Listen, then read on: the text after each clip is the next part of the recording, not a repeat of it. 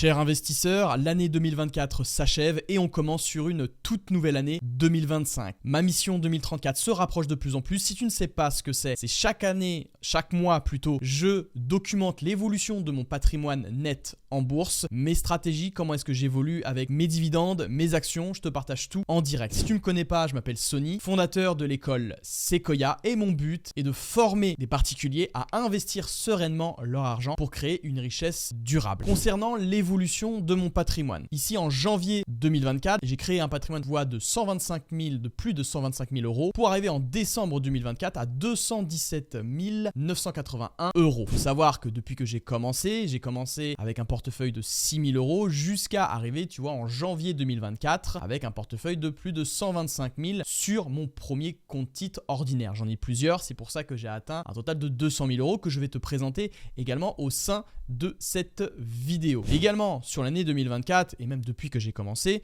j'ai formé plus de 900 élèves à apprendre à investir leur argent et à créer une richesse durable et sereine. Et comme tu peux le voir, il y a de très belles performances parmi certains. Cependant, je ne suis pas responsable de leurs gains ni de leurs pertes. Ils se forment par eux-mêmes et deviennent autonomes dans leur richesse. En tout cas, c'est ce que j'apprends à mes élèves. Si tu es intéressé justement à rejoindre un programme d'accompagnement, tu verras, tu as un premier lien dans la description qui te permet donc de réserver un appel avec l'école Sequoia. C'est soit avec moi, soit avec un membre de mon équipe. On va t'expliquer comment est-ce que l'école fonctionne. Maintenant, désormais, si on attaque l'année 2025, on est à 219 000 euros de patrimoine avec donc par rapport à décembre 2024, on est à plus 1696 euros. Bien entendu, je vais documenter mois après mois l'évolution de mon patrimoine. Donc, je t'invite à t'abonner à cette chaîne pour suivre justement mon évolution, à apprendre différentes choses au sein de cette chaîne. Nous sommes maintenant plus de 8700 abonnés. Donc, je tenais vraiment à te remercier, toi qui me suis, mais également si tu es fidèle, eh bien à te remercier encore et encore de ta fidélité. Ce qu'on va voir au sein de ce petit bilan 2024 et début 2025, premièrement, je vais te faire voir l'évolution de mon patrimoine, bon, que tu connais un peu déjà, l'évolution de mes dividendes, mon épargne mensuelle, en quatrième point, performance de mes portefeuilles en bourse, les actions top et flop de mon portefeuille. Également, je vais te présenter le super ETF, ça c'est un petit cadeau que je te réserve, donc reste bien jusqu'au bout, et mes objectifs 2025 que je vais te présenter.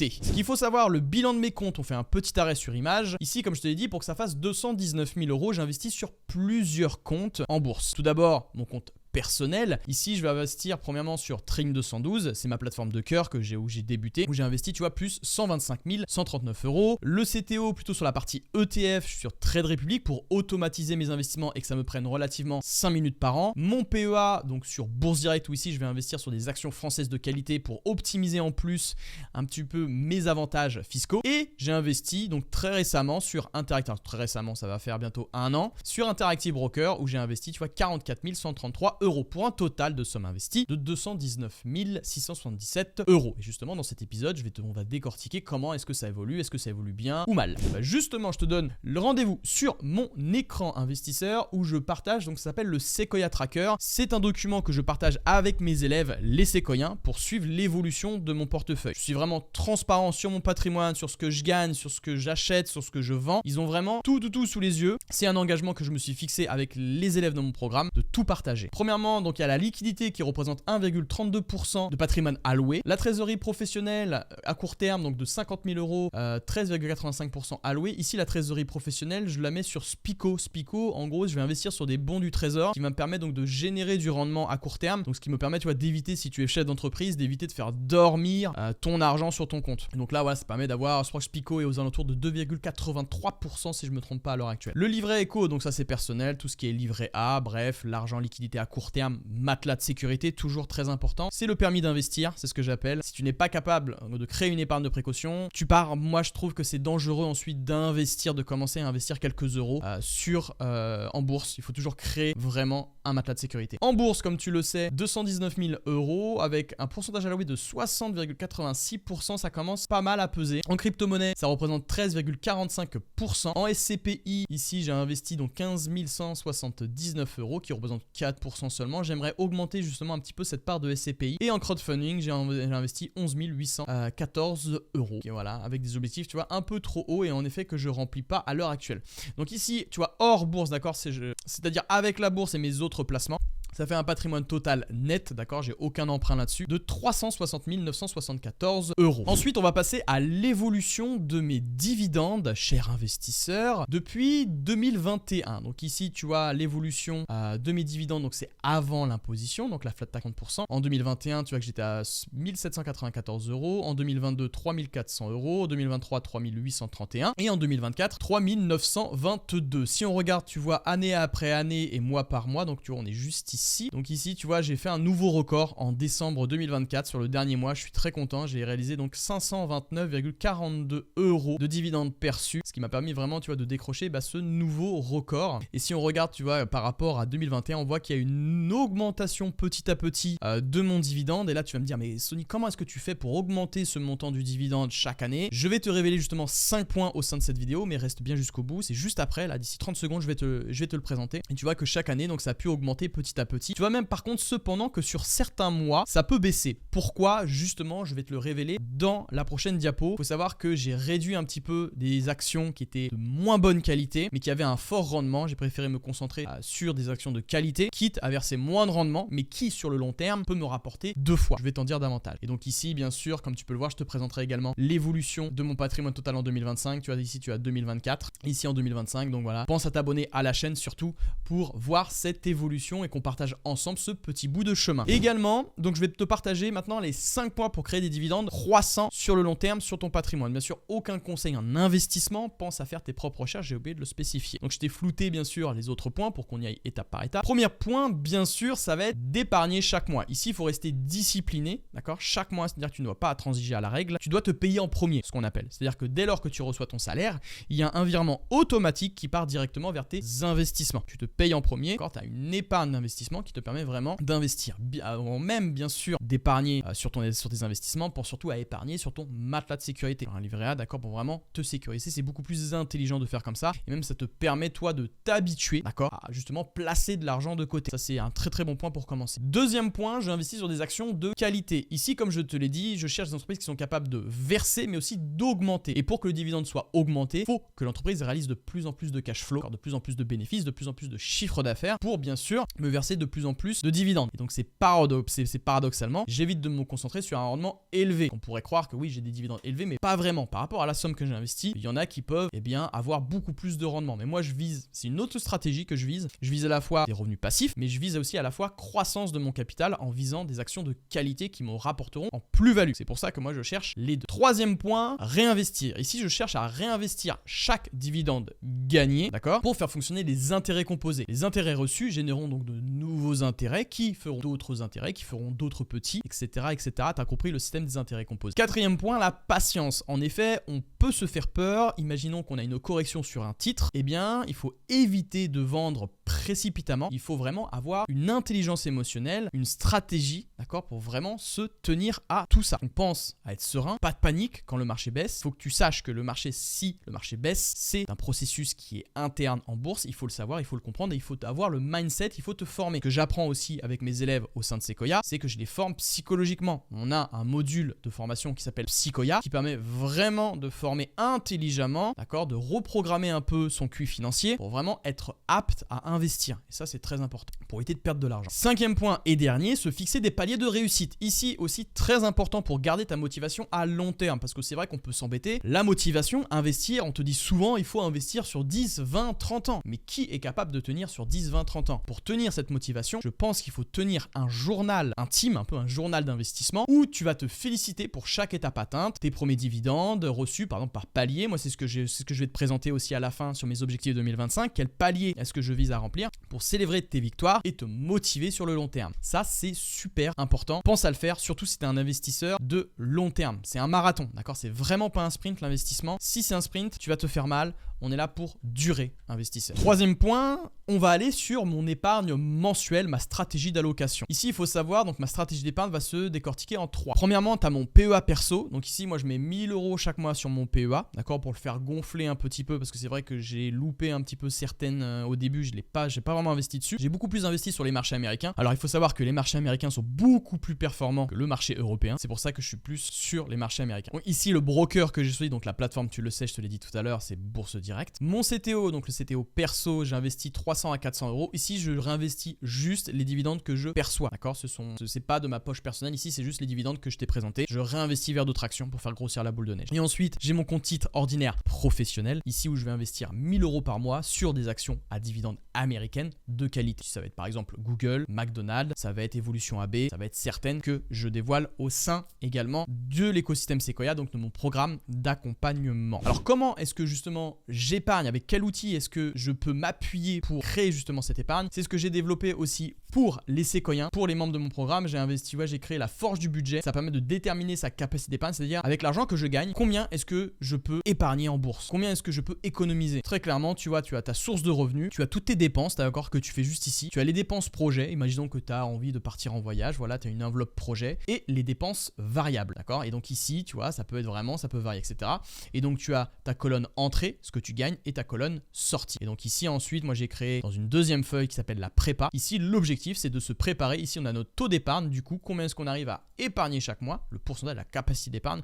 Souvent, tu vois, une bonne capacité d'épargne, c'est comme je mets, c'est supérieur à 15%. Si tu es supérieur à 15%, c'est très très bon. Et le but, bien sûr, si tu veux créer une liberté financière plus rapide que les autres, partir en retraite beaucoup plus rapidement que les autres, eh bien, c'est d'augmenter justement cette capacité d'épargne. Et donc ensuite, tu peux choisir, d'accord, dans la colonne, ce que tu souhaites investir. Et ensuite, tu as la répartition mensuelle, tu vois. Et donc, tu as l'épargne prudente, l'épargne rookie ou l'épargne risquée qui te permet, voilà, de voir un petit peu, de juger là où tu en es. Et si tu es intéressé, bien entendu, par tous ces outils que je te présente et me rejoindre pour que je puisse t'accompagner à créer ton premier patrimoine en bourse et bâtir ta sécurité financière sur le long terme, eh bien, tu peux réserver un appel qui est 100% gratuit avec moi. C'est le premier lien dans la description de cette vidéo. Tu ne peux pas le louper. Je t'attends. Alors, ça sera soit avec moi, soit avec un membre de mon équipe. Il y a peu de place. Ça part très très vite. Donc, pense à réserver dès que tu peux. Passons désormais à mes performances en bourse investisseur où je vais te présenter certains de mes portefeuilles, notamment le premier sur Trading 212 où en 2024 j'ai réalisé une très très belle performance. Tu vois qu'ici c'est avec mes actions américaines. Le S&P 500 a réalisé une performance, tu vois, depuis le début de l'année de plus 26,74%. Sequoia, donc moi comme tu peux le voir, j'ai réalisé une performance de plus 29,35%. Et en plus j'aurais pu réaliser un peu plus de performance. C'est juste que j'ai vendu certaines de mes positions, c'est-à-dire que j'ai empoché des plus-values pour ensuite les réinvestir vers d'autres actions de qualité. Donc là, oui, peut-être que j'aurais dû garder un peu mes positions, mais j'ai pas coupé totalement. J'ai pris quelques profits, d'accord? J'ai pas coupé totalement.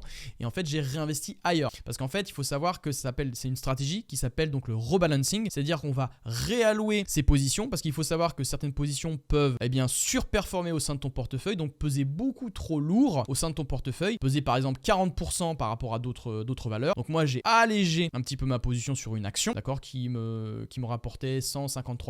J'ai allégé pour prendre des profits, des plus-values et pour ensuite les réinvestir sur d'autres actions de qualité qui étaient un peu moins pondérées que celles que j'avais. D'accord, j'ai pas totalement vendu, d'accord, je laisse toujours traîner un peu mes gains, mais voilà, j'ai coupé pour ensuite réinvestir ailleurs. Tu peux être intelligent, voilà, si tu veux, sécuriser des gains sur ton patrimoine parce qu'il y en a qui oublient que patrimoine réel et patrimoine latent, c'est pas du tout la même chose. Donc moi, je préfère sécuriser quelques gains, augmenter mon patrimoine, d'accord, pour m'extraire un peu de cette volatilité pour ensuite réinvestir ailleurs. Bien sûr, je suis toujours assujetti à la volatilité, mais au moins voilà, ça me permet d'être plus investi au fur et à mesure. Donc voilà par rapport à ça, donc ça c'est le CAC 40 bien sûr a réalisé une performance de moins 2,26%. Donc ici c'est très très moyen bien sûr sur les actions françaises. Ensuite on va passer sur mon compte titre professionnel, donc mon titre ordinaire professionnel où j'investis avec ma société. Ici il faut savoir que donc là on reprend la performance sur, j'ai pris tu vois du 2 décembre jusqu'au 31 décembre. Et bien il faut savoir que là ici sur ce mois là j'ai surperformé le S&P 500. Alors je vais rester modeste parce que sur l'année j'ai commencé un peu tardivement, c'est pour ça que tu vois depuis le début de l'année ici en bleu tu vois c'est le numéro de mon compte et ensuite tu as le SPY et le ACWI. Le SPY c'est le S&P 500 et le ACWI c'est le All Country World qui suit plus de 2400 entreprises à travers le monde. Et donc tu vois depuis le début la performance c'est 15,23%, ici on est à 20,08% et donc tu peux voir que là tu vois moi j'ai réalisé 6,85%, donc tu vois c'est beaucoup moins mais j'ai commencé beaucoup plus tard et donc tu peux le voir ici sur le mois de décembre. Cependant, il faut savoir que le S&P 500, tu vois, a perdu moins 2,41 et mon portefeuille, par contre, a réalisé plus 1%. Donc, en termes de volatilité, je tiens un peu mieux. Je trouve, il y a moins de chutes, il est moins volatile. Mais par contre, tu vois, on va rester quand même modeste par rapport au S&P 500 parce que je l'ai pas battu. On va prendre maintenant, alors ça charge un petit peu, on va prendre depuis un an. Voilà, depuis un an, tu vois, j'ai réalisé une performance de 7,29% avec le S&P 500 a fait plus 21,98% et le ACWI RSI 17%. Donc voilà, on peut pas battre tout à tous les coups, mais avec toutes les performances que j'ai générées, ça s'équilibre un petit peu si je puis dire. Ensuite, on va aller sur mon portable investisseur pour te montrer donc les performances de mes ETF. Concernant mes ETF investisseurs, eh bien c'est plutôt très mitigé en tout cas là pour ce début de mois de janvier, parce que j'enregistre en janvier actuellement. Sur le Nasdaq 100, j'ai réalisé une performance de plus 10,71%. Cependant, le MSCI nordique a réalisé une moins bonne performance à moins 8% pour l'instant. C'est surtout à cause de la correction qu'il y a eu sur Novo Nordisk. Ça a fait très mal pour de nombreux investisseurs et donc c'est pour ça qu'on a une belle correction aussi sur celui-là. Ensuite, on a le FTSE India. Moi, j'adore l'Inde. C'est pour ça donc que j'ai investi dessus. Je trouve qu'il y a énormément de croissance, en cas de potentiel de croissance économique sur ce pays-là. Donc c'est pour ça que j'ai investi également. Tu vois, j'ai créé donc des plans d'épargne d'investissement programmés pour vraiment générer, pour vraiment investir de manière automatique sur ces 3 ETF. C'est là que ça devient très intéressant. Ensuite, voilà, tu as mon épargne, mes espèces disponibles pour vraiment épargner, investir directement sur ces ETF là quand j'en ai besoin. Passons désormais au top et au flop. Une action qui a surperformé et une action qui a beaucoup moins performé. Et donc on va y aller. Le premier top, donc je t'ai flouté à côté, c'est Broadcom. Ici en un an, Broadcom a réalisé une performance de plus 125,52%. Au sein de mon portefeuille, autant te dire que moi je me suis régalé parce que j'ai pas investi il y a un an sur Broadcom, j'ai investi il y a beaucoup plus longtemps que ça. Tu vois, j'avais un prix moyen de 53,20 euros.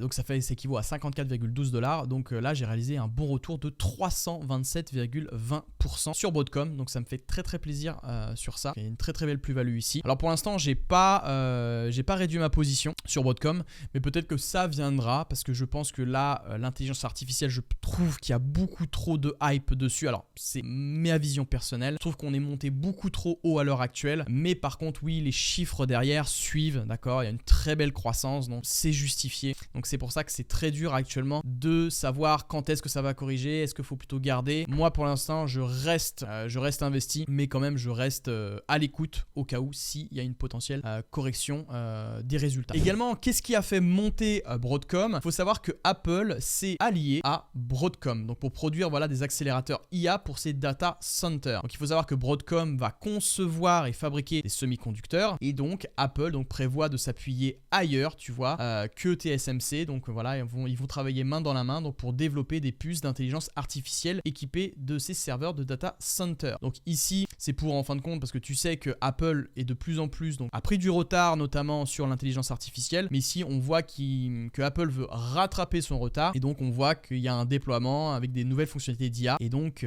qui de mieux que Broadcom pour intégrer justement ce service avec ces semi-conducteurs. Ça c'est très intéressant. Également, je vais te présenter donc mon flop, c'est Evolution AB. Malgré tout ce que je peux dire sur cette entreprise-là, ça reste une excellente entreprise avec de très bons fondamentaux. Je trouve que la correction sur un an qu'elle a subi est exagérée. Sur un an, on est à moins 28,90%. Et là, tu peux voir donc sur mon portefeuille, j'ai une moins-value de moins 26,58 euros au total. Tu vois, si je prends l'impact FX, donc c'est l'impact des frais des taux de change. Et ce qui est intéressant aussi, je vais te donner une petite astuce. Tu vois, si tu ne sais pas, tu vois pourquoi ça flop, tu peux utiliser l'intelligence artificielle. Moi, j'utilise ChatGPT pour vraiment, tu vois, voir qu'est-ce qui va pas. Tu peux tout simplement poser une simple question. Pourquoi Evolution AB chute en bourse? Sois succinct avec des faits d'actualité et des fondamentaux de l'entreprise. Donc voilà. Et en fait, il y a toujours, tu vois, les données d'actualité. Et ici, tu peux aller dans la fonctionnalité recherche de ChatGPT pour vraiment, tu vois, remonter des infos rapidement, tu vois, sans que tu ailles voir sur différents sites. Voilà. Et là, ça synthétise tout de suite. Et donc, tu peux voir que, la baisse récente du cours de l'Evolution AB s'explique principalement par l'ouverture d'une enquête par la Commission britannique des jeux. Et donc, en fait, cette investigation a suscité beaucoup de craintes chez les investisseurs. En effet, on a peur qu'il y ait une perte de licence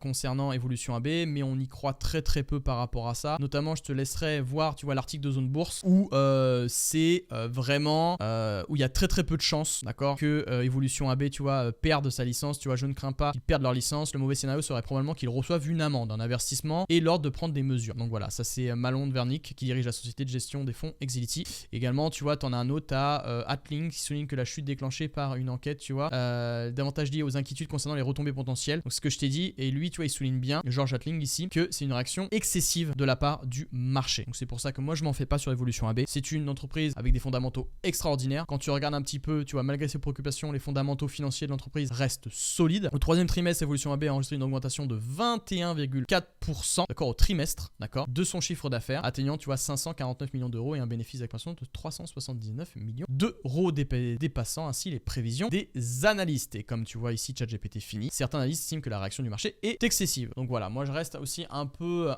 du même égard. Je pense qu'on est vraiment sur une correction beaucoup trop forte. Également, je vais te présenter maintenant ton petit cadeau qu'on s'appelle le Super ETF, où je te donne un petit guide digital pour apprendre à investir sur les ETF, et je te dévoile même 10 super ETF pour faire décoller ton patrimoine et te créer une sérénité financière en 5 minutes par an. D'accord? Si vous voulez cesser de redouter l'avenir, et si tu veux vraiment apprendre à investir sur ces ETF, voilà, ça permet d'obtenir les meilleurs ETF pour investir en bourse et débuter le plus simplement possible. Tu as juste à rentrer ton email, ton prénom, et de cocher bien sûr la petite case si tu veux recevoir à tout prix donc ce petit ebook sur tes emails. Et je vais même donc sur plusieurs emails, je vais te dire donc pourquoi est-ce que les ETF c'est intéressant. Je vais te donner encore de la valeur sur les ETF. Donc ça c'est super important et intéressant. Pense vraiment à t'inscrire à ça. Je te mettrai le lien dans la description, tu peux pas le louper. Et également tu vois quel est son contenu. Donc tu as 10 idées d'ETF de qualité. Je t'ai également partagé 7 super critères à utiliser pour apprendre à sélectionner par toi-même des ETF en bourse, et d'autres surprises, d'accord, que je t'intègre au sein de ce petit guide qui est 100% gratuit, d'accord. Tu as juste à le télécharger. Le lien est dans la description, cher investisseur. Mes objectifs pour 2025, pour terminer, eh bien c'est assez simple. Pour 2025 et pour plus tard, il faut savoir que mes dividendes par mois, donc comme je te l'ai dit, je me fixe des paliers. Ici en dividendes par mois, tu vois, j'ai réalisé 529,42 euros. Le prochain palier, il va être sacrément long. Celui-là, il est à 1000 euros.